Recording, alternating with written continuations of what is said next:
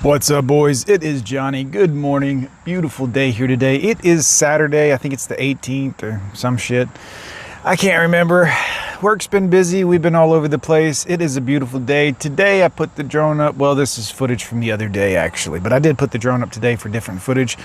Many of you guys have requested more drone footage, so I'm going to start doing some of my talking videos to you guys with some nice drone footage in the background as we fly down Highway 280 towards 459 right now in beautiful Birmingham, Alabama. It's a great day to be alive.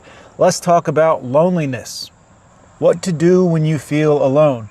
First and foremost, let's understand that this concept of alone didn't used to exist many years ago. Now, our bodies, our whatever, over time have evolved with the idea that we are safer in numbers, which is true. And this was true in the caveman times and in all the other times of the world. But before you could send a letter to someone or an email or a fax or any of these other things, you just saw people when you saw them. And if you didn't see your family again then you didn't see them again in life. That's how it happened. Over time, we've established communication and all of these other things, and the more we've established communications and methods of communicating, well, the more it's made us feel like we constantly have to be incommunicado with everyone else that we know, or at very least the people that we love very much. Well, this is not true. Now, I know it's more comfortable. I know it's more comforting, and I don't want to sound like John the Hermit here or anything like that, guys. What I mean by that is when you get lonely, that is you having too much free time. Now, I know I'm going to tell you guys this will solve your problem, but you got to listen to me. I'm not saying do something you don't want to do, and I'm not necessarily saying, well, you got to work more hours. I'm not saying that. I'm saying you have to force yourself to get up and do some things as hobbies to make you feel entertained, to make you feel like you're getting a sense of doing something. I know it is difficult to say, well, I'm going to load up the car with all the camping gear and I'm going to go out and camp and it's going to be hot and it's going to be sweaty and what if it rains on me and it's too much work? That laziness is crippling you in your life. If you're like, well, I don't want to go fishing and have to get out there and I got to get a license and go online and I got to do this, and the option other than doing these things is sitting around at your house or wherever and wallowing in sadness, wallowing in not doing anything, sitting around and thinking about the fact that you're alone and that no one else is around you. And a lot of people have become socially conditioned to say, well, I don't want to go to a restaurant alone because people will look at me and they'll realize that I'm alone. Let me tell you something. In the real world, nobody's thinking about you. Not your friends, and that. Not what I mean is, like, you go to a restaurant, people aren't looking over at you going, ha ha, look at the alone person. They don't know what you're going through. They don't know that you feel lonely. They don't know that. They assume that you're someone that's there to eat a meal, maybe on a lunch break, maybe on a dinner break from a job. Maybe you're just out there and you're like, I'm going to stop here and get a burger. You have to find many more things to do. If you're someone that finds that you are constantly in the loop of feeling depressed and feeling alone, I want you to remember that you are always with the most trustworthy person that you will ever know in your life. That is you. But you, like many people, and I've been in this rut myself before, will work 40, 60 hours a week, and then after that hard-ass work all week long, will do nothing. Absolutely nothing, because it's too much work and I don't want to have to get up and I don't want to get out and it's hot outside and oh man. Well, you can make all the excuses in the world. I've heard all of them from different guys. Well, John, I don't have any money. Man, I don't have any money. What are you talking about? You can still go do things. You can still get involved. You can still go outside. There are places you can go walk. There are places you can go hike. You can go, if you can't afford $10 at a gym a month, well, one, you need to get a better work for sure and more work. And if you can't afford it, you don't have to go in and lift weights. What if you go and casually ride the bike or the stair machine? And if that's too much work, maybe you just get on the little treadmill and just do some good old-fashioned walking. There's nothing wrong with that, guys. There is nothing wrong with just getting on, doing some walking, getting outside. As your body starts to physically move around more often, we're over by the summit right now, what will happen, you'll notice, is that you will feel a lot better.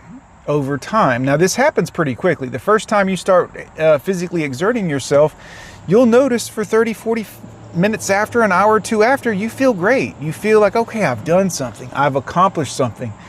Now, this will help you defeat the feeling of loneliness. We're over a mile away, about a mile and a half out right now, almost 2 miles out.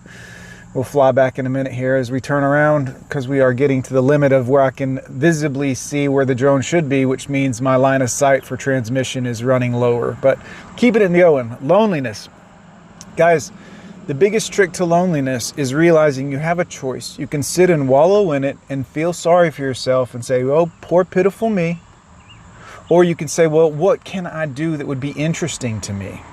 Maybe it's drawing, maybe it's playing guitar, maybe it's computer stuff, maybe it's installing a new operating system on an old computer you bought at the flea market, or what do you call it, the pawn shop or something. And you're like, well, I'm just going to try out a new operating system on this computer that I've just bought for $100 that means nothing to me. There's so many options out there, guys, but you have to be willing to get out of that lazy comfort zone of, well, I'm going to stay inside. I'm going to be in the air conditioning. I don't want to have to get out. It's too hard to go do things outside. This is very bad for you guys. This is a very, very negative mindset for you to be in, because it's going to control your ability to really be able to enjoy life at its fullest. Now, there are certain things in life that we can't change. Let's say we all have to work, okay? Maybe we work 40 hours, maybe it's 50 hours, maybe it's 60. Whatever it is, we all have to work. We have to pay a few bills. We have to be able to have the very basics in life. Now, let's assume that you've got that covered in the working and everything, and you're done and you feel good about that, okay? Well, what you need to do now is put effort into your individual personal life the same way you've put effort into that job. Okay, you've done all this work to get the job, get the position, and do the work, and go on the interviews, and meet with the HR ditzes. You've done all the stuff, guys.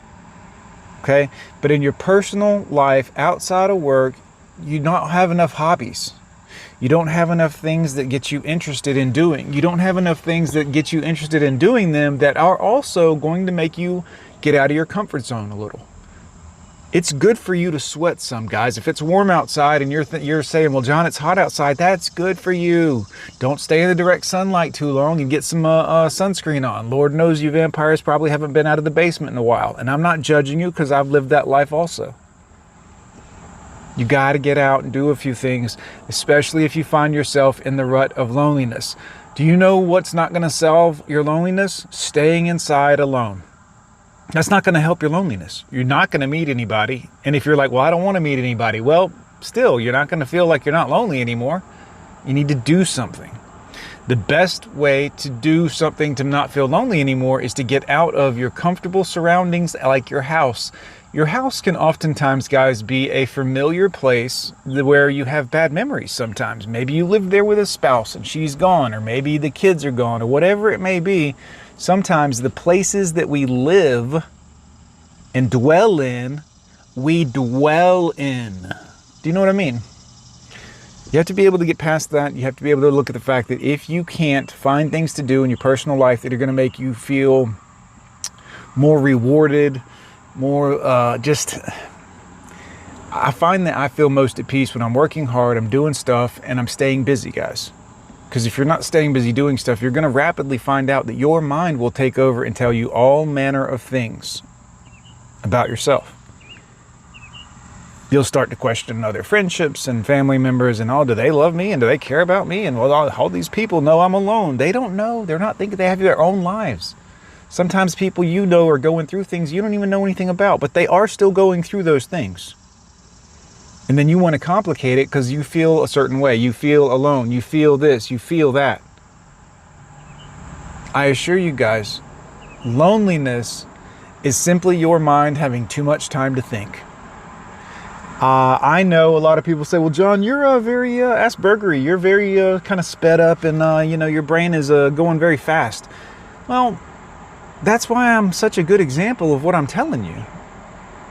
I don't have to take the drugs to keep me sane for the most part with my crazy brain, because I keep it busy. If you don't want to feel alone, if you don't want to feel all of these things constantly, well, stay busy and you won't feel that emotion as much. Now, every now and again, still, you might feel a little alone. Limit the amount of music you listen to. Music can oftentimes make you very depressed. This is very common, guys. Anyways, I hope you enjoyed this flight down Highway 280. We're back here by the cigar bar. I am Johnny. We're getting out of here, boys. See ya. Peace.